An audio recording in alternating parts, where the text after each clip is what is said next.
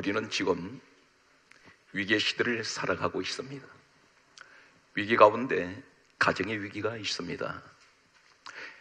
오늘 이 자리에는 결혼하신 지 10년 차 되신 분이 계실 것이고, 20년 차, 30년, 40년, 50년 반평생을 함께 살아오신 부부가 계실 것입니다.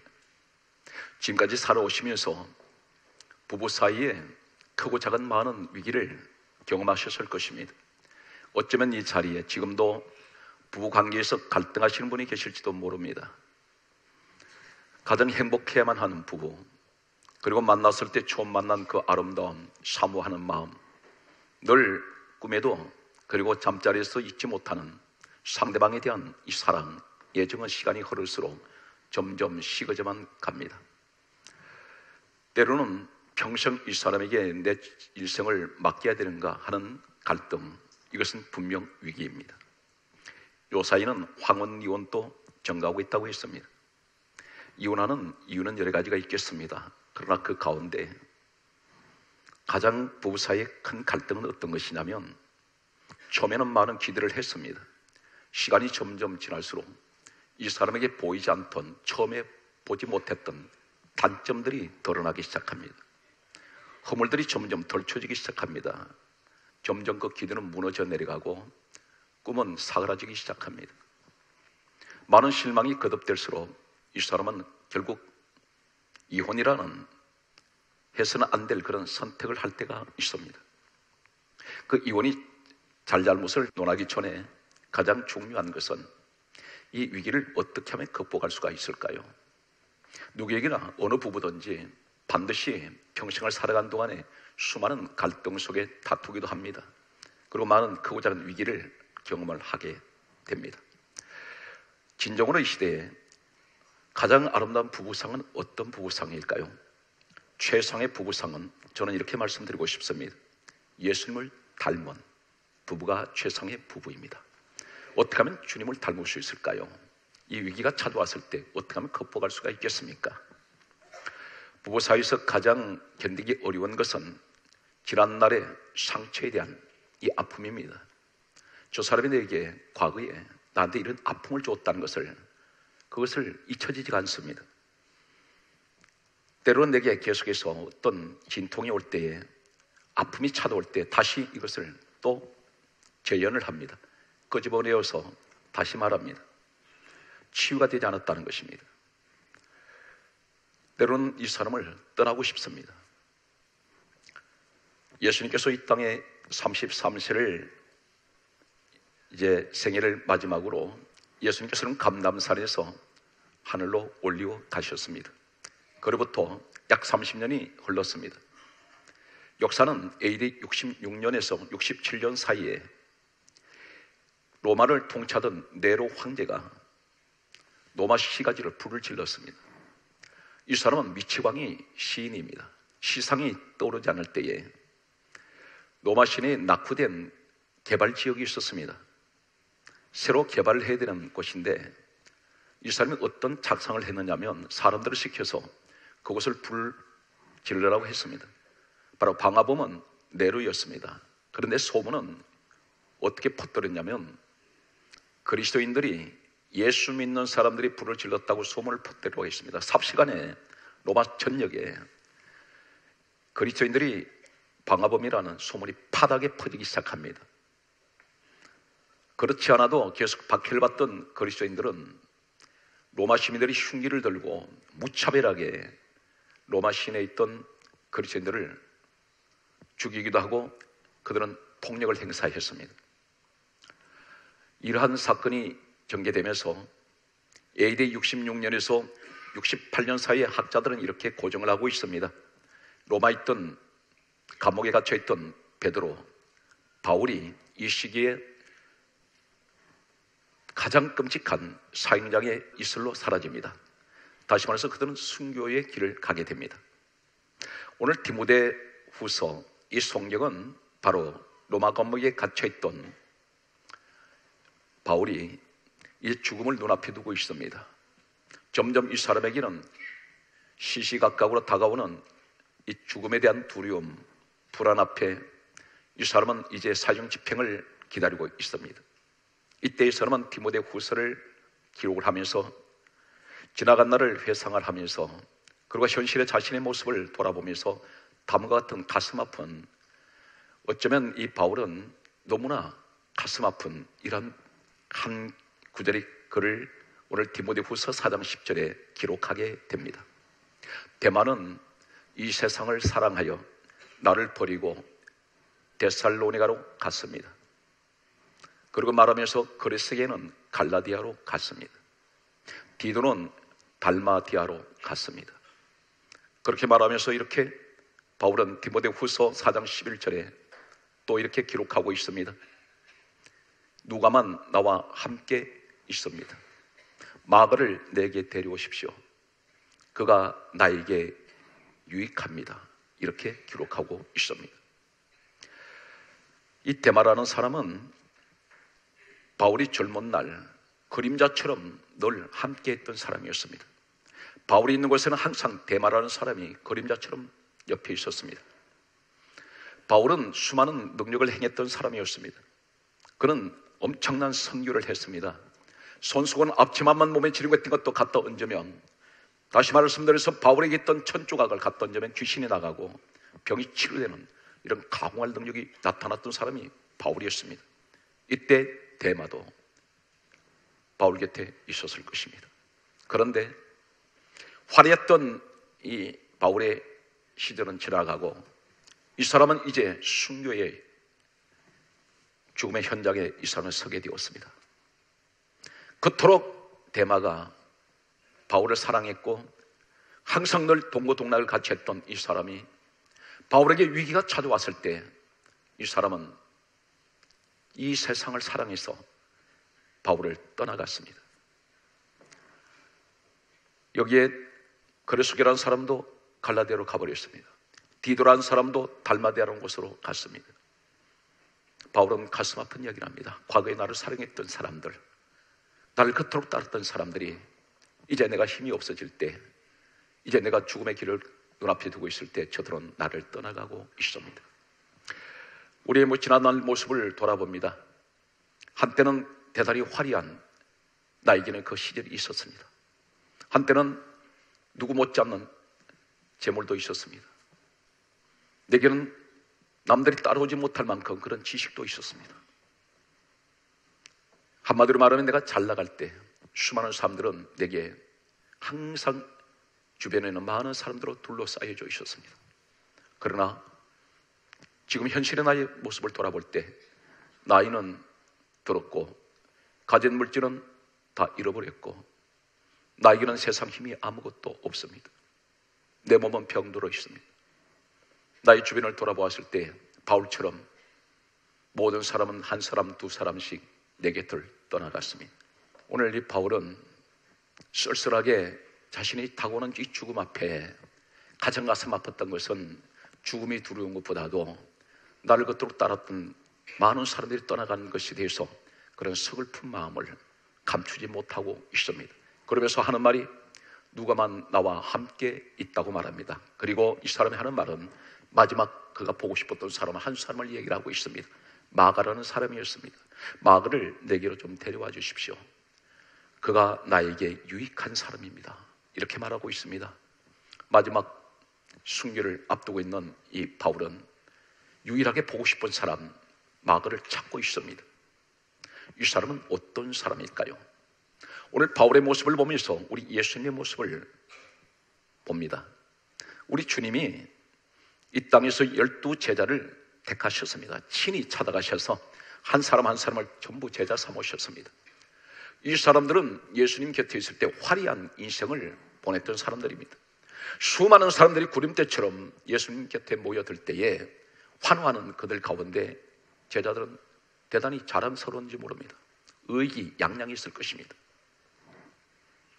예수님께서 가나의 혼인잔치집에서 물로 포도주를 만드실 때 그 기적의 현장에도 이 제자들은 있었을 것입니다. 오병의 사건, 물고기 2마리 보리떡 5개를 가지고 5,000명을 먹이는 그 기적의 현장에 이 사람들은 그곳에 있었습니다. 수많은 사람들이 환호하고 있습니다. 죽은 나사로, 썩은 냄새나는 나사로를 예수님 말씀으로 살려내는 이 현장에도 그들은 있었습니다. 그런데 마태복음 26장 56절 말씀을 보면 예수님께서 십자가에 이제 달리시기 위해서 끌려가십니다. 사정없이 로마 군병들이 끌고 가는 예수님 뒷모습을 바라보던 이 제자들은 성경은 이렇게 강조하고 있습니다. 마태복음 26장 56절에 말씀하시기를 제자들이 다 예수를 버리고 도망하니라. 다 도망가 버렸습니다. 한 사람도 예수님 따라오는 사람은 없습니다. 저들이 결국 나를 버리는구나.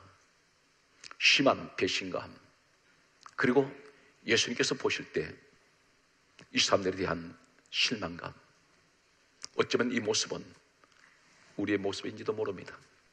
지금까지 나는 떠나간 그 사람을 생각할 때 나는 참으로 헌신적이었고 너무나 사랑했었는데 어느 날 나를 배신하는, 그리고 미련 없이 떠나가는 이 모습을 바라볼 때 심한 배신감과 실망감과 때론 좌절감, 이러한 것이 우리에게 엄습할 때가 있습니다. 아직도 그 아픈 마음을 가지고 계신지 모릅니다. 바울의 모습 속에서, 예수님의 모습 속에서 한결같은 그런 모습을 봅니다. 또 한 사람을 더 소개한다면 로마서 4장 11절에 믿음의 조상으로 세우셨던 아브라함이 있습니다. 이 아브라함은 어떤 사람일까요? 하나님께서 그를 택하시고 가나안 땅으로 가라고 하셨을 때에 이때까지 이 사람은 자녀가 없습니다. 유일하게 혈육이라고는 롯이라는 조카가 있었습니다. 롯을 데리고 떠났습니다. 이 젊은 조카 롯은 노인 아브라함을 따라갔습니다. 아브라함에게는 부인 사라가 있었습니다. 낯선 이국 땅에 가나안이라는 곳에 도착했을 때에 이곳에서 하나님께서는 그에게 복을 부어주시는데 엄청난 재물의 복을 주셨습니다. 하나님은 아브라함을 선택하셨습니다. 롯을 선택한 것은 아니었습니다. 그러나 롯은 아브라함 믿음의 사람, 복 있는 복에 거론되는 사람, 이 사람 곁에 있을 때 이 사람은 함께 복을 받는데 성경은 이렇게 강조하고 있습니다. 창세기 13장 10절 이하의 말씀 보면 그들이 재물이 엄청나게 늘어나기 시작합니다. 감당할 수 없을 만큼 재물이 쌓이기 시작합니다. 아브라함이 받은 이 재물의 축복은 동시에 롯도 받았습니다. 이때 싸움이 일어나게 됩니다. 심한 다툼이 일어나면서 롯은 자신의 삼촌 아브라함을 버려버리고 이 사람은 아브라함을 떠나갑니다. 어디로 갑니까? 훗날에 하나님께서 유황불 심판을 내리는 또 소돔을 향해서 이 롯은 그곳을 떠나갔습니다. 아브라함을 버렸습니다. 이 사람들이 떠나간 동기가 무엇일까요? 돈 때문입니다. 너무 많은 재물을 가지고 있을 때 집안 싸움이 일어납니다. 롯이 아브라함을 떠난 이유가 무엇일까요? 돈 때문에 떠났습니다. 너무 많은 것을 가지다 보니 세상 소돔 같은 곳을 선택하더라는 것입니다. 그런데 이 바울이 마가를 찾는 이유가 무엇일까요? 마가는 도대체 누구입니까? 학설에는 이렇게 전해지고 있습니다. 이 사람이 바로 예수님께서 십자가에 고난당하시기 전에 최후의 만찬을 베푸신 곳이 바로 마가의 다락방이라고 부릅니다. 그렇게 전해지고 있습니다. 바로 이 마가의 집이었습니다. 예수님께서 성천하신 후에 이 땅에 처음으로 신약교회에 예수님께서 떠나신 후에 성령이 임하셨던 120문도가 다락방에서 기도한 이 자리가 마가의 다락방으로 알려지고 있습니다. 바로 이 사람 집이었습니다. 엄청난 재력가입니다. 이 사람은 고생을 해본 적이 없는 그러한 사람이었는지 모릅니다. 그런데 이 마가라는 이 사람은 도대체 바울과 어떤 인연이었을까요? 성경을 추적을 하면 사도행전 15장 37절 말씀을 보면 이 마가의 이름에 관해서 이렇게 밝히고 있습니다. 마가라고 하는 요한 이렇게 부릅니다. 그래서 합해서 마가 요한이라고 이렇게 부릅니다. 이 마가 요한은 어떤 사람이었느냐면 사도행전 13장 13절 말씀을 보게 되면 그 전때 지난 후에 이 사람이 바울과 함께 선교를 떠난 적이 있습니다. 선교를 떠났을 때에 이 마가가 중도에서 돌아가 버렸습니다. 자신이 살고 있던 예루살렘으로 가버렸습니다. 바울은 성격이 대쪽 같은 성격입니다. 대단히 이 사람은 고지식하고 한번 결정을 하면 강인한 이런 성격의 소유자였기 때문에 어떤 악조건 속에서도 반드시 그 목적을 이루는 사람이 바울이었습니다. 그런데 이 마가 요한이 함께 선교를 떠났던 이 사람이 중도에서 돌아갔을 때에 바울은 이해할 수가 없었습니다. 중도에 포기한 이유가 무엇일까요? 성경은 구체적으로 기록한 내용이 없습니다만은 마가 요한은 어떠한 사람이었느냐면 그런 대단히 부유한 환경에서 자랐던 그런 이 선교라는 것이 대단히 힘들고 험난합니다. 가다 보니 이 사람은 그 선교라는 것이 낭만이 아니라는 것을 알았습니다. 너무나 힘들었는지 모릅니다. 그리고 피곤했는지 모릅니다. 이 사람은 중도에 포기해버립니다. 그리고 그는 돌아갔습니다. 그 후에 이 바울은 바나바라는 사람과 함께 성경 말씀을 보게 되면 사도행전 15장 37절 말씀 보게 되면 함께 선교를 떠납니다. 떠났을 때에 이 바나바가 이렇게 말합니다. 바울에게 하는 말이 마가라고 하는 요한도 함께 데리고 가자 이렇게 말합니다. 이 말을 듣는 바울은 순간 무슨 생각이 떠오르냐면 지난번에 함께 선교를 떠났던 마가가 중도에 포기하고 돌아갔는데 이 사람은 다시 데려가지고 할 때에 이 바나바는 어떤 사람이냐면 마가 요한과는 생질입니다. 친척입니다. 이 사람은 데리고 가기를 원했습니다. 그런데 바울이 이렇게 말합니다. 사도행전 15장 38절에 말하기를 지난번에 중도에서 돌아간 그 사람을 다시 데려가는 것은 옳지 않다 이렇게 말합니다. 이게 옳지 않다는 말은 데려갈 수 없다고 그렇게 단호하게 거절해버립니다. 이 두 사람은 계속 논쟁을 하다가 바울은 데려갈 수 없다 하고 바나바는 데려가자 말하다가 성경은 가문자입니다.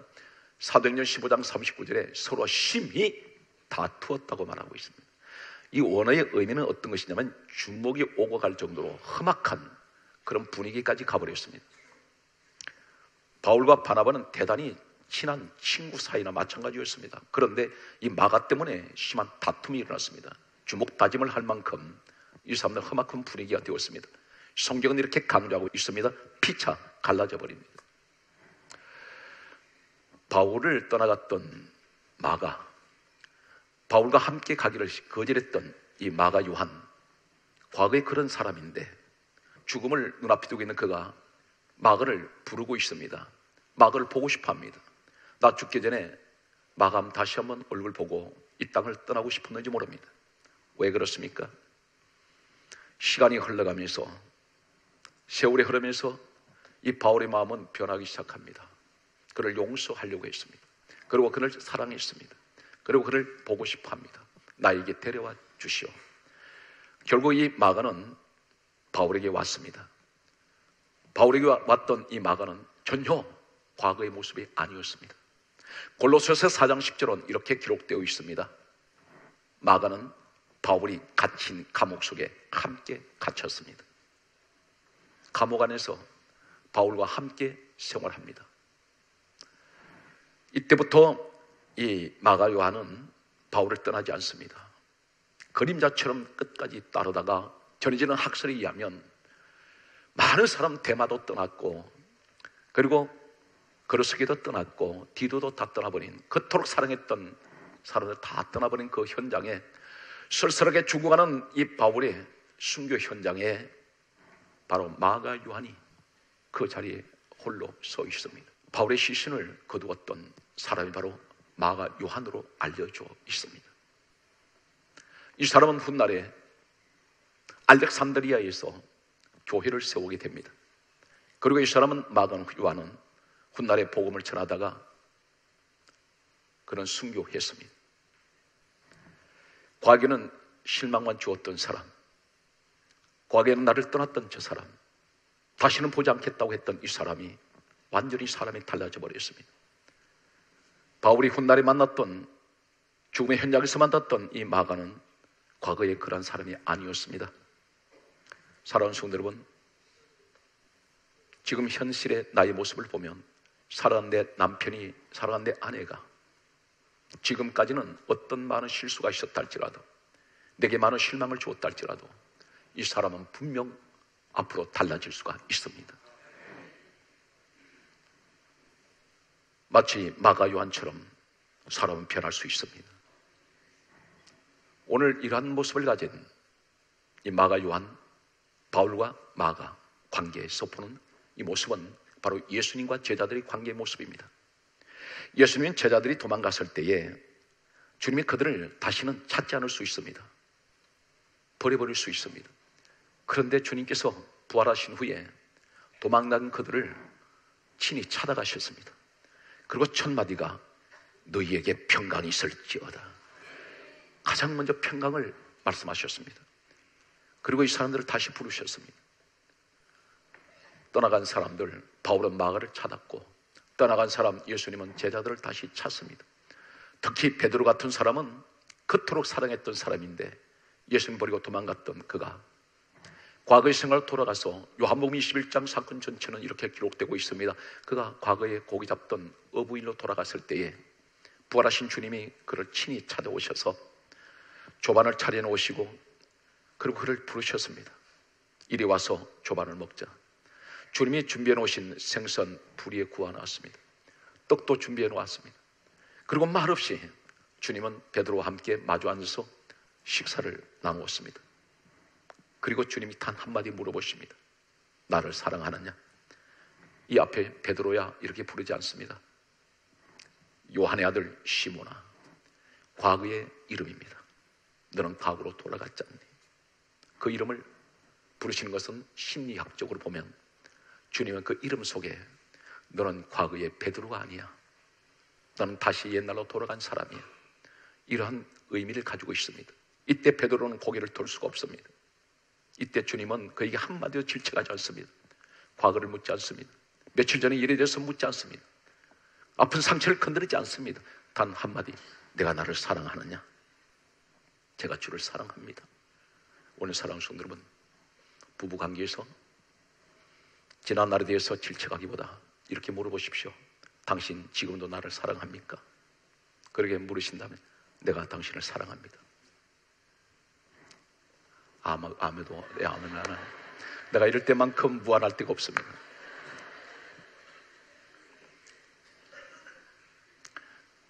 과거의 잘못을 지적하기보다 사랑이라는 말을 하십시오. 이 베드로가 성령을 받았습니다. 버려버렸더라면 이 베드로는 이런 사람이 될 수가 없습니다. 성령을 받고 난 후에 주님이 다시 기회를 주십니다. 이 사람은 달라집니다. 사도행전 2장 41절의 말씀을 보게 되면 예수님을 버리고 도망갔던 그가 3,000명을 하루에 예수님께로 전도해서 데려왔습니다. 사도행전 4장 4절은 5,000명을 예수님 앞으로 사람들을 전도해서 데려왔습니다. 엄청난 놀라운 가공할 일들이 이 베드로를 통해서 나타납니다.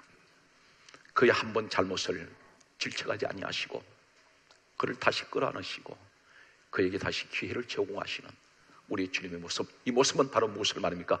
우리의 부부의 모습이 되어야 됩니다. 누가복음 15장 20절 말씀은 이렇게 기록하고 있습니다. 아버지를 떠나간 탕자가 있습니다. 아버지를 떠나서 멀리 가버렸습니다. 우리 모습인지 모릅니다. 그러나 그는 모든 것을 잃어버리고 다시 아버지께 돌아왔을 때에 아버지는 멀리서 이 아들이 오는 것을 보았습니다. 그러나 아들 눈에는 보이지 않습니다. 왜 그럴까요? 사랑이 강도가 강한 사람이 먼저 알아봅니다. 우리 하나님 아버지는 이 모습은 바로 우리 하나님의 사랑을 의미하고 있습니다. 우리가 돌아오기를 기다립니다. 아버지를 떠나갔던 탕녀 같은 인생들 기다리고 계시다가 먼저 달려나가셔서 끌어안으시고 입을 맞추시고 그리고 하시는 말씀이 제일 좋은 옷을 갖다 입혀라. 발에 신을 신겨라. 내 아들이 죽었다가 다시 살아서 돌아왔다. 송아지를 잡아라. 잔치하자. 우리 아버지 하나님의 심정입니다. 과거에 무슨 일을 했느냐, 어떤 죄를 지었느냐 묻지 않습니다. 돌아온 것만 좋아서 우리 아버지 품으로 우리가 지금 돌아왔습니다. 말씀의 마지막 결론은 이렇습니다. 골로새서 3장 13절에 말씀하시기를 누가 누구에게 불만이 있거든 피차 용서하라. 주께서 너희를 용서하신 같이 너희도 그리하라. 모든 것 위에 사랑으로 더하라. 누가 누구에게 불만이 있거든 무슨 말입니까? 아내가 남편에게 불만이 있거든, 남편이 아내에게 불만이 있거든, 교회 안에서 성도가 목사에게 불만이 있거든, 목사가 성도에게 불만이 있거든, 피차 한 일방적으로 한 말씀이 아닙니다. 서로 용서해 주어라. 그리고 하시는 말씀, 그 용서는 어떤 것입니까? 주께서 너희를 용서하신 같이 그렇게 하라고 말씀합니다. 그러면서 이 모든 것 위에 사랑으로 더하라, 그렇게 말씀하셨습니다. 우리는 하나님을 떠났을 때는 전부가 탕자 같은 인생을 살았습니다. 죄인들이었습니다. 그런데 하나님은 떠나간 우리를 찾으러 오셨습니다. 사람의 몸으로 이 땅에 오셔서 우리를 위해서 친히 찾아오신 주님은 십자가 대신 죽으시고, 나를 대신하여 그분은 우리 죄값을 다 지불하시고 우리를 하나님의 자녀 삼으셨습니다. 사랑하는 성도 여러분, 여러분 가정 진정으로 행복한 예수의 가정이 되시기 바랍니다. 진정한 부부의 자화상은 예수를 닮은 부부가 되어야 됩니다. 범사위에 여러분 가정의 행운이 함께 하시기를 주 예수 이름으로 축복합니다.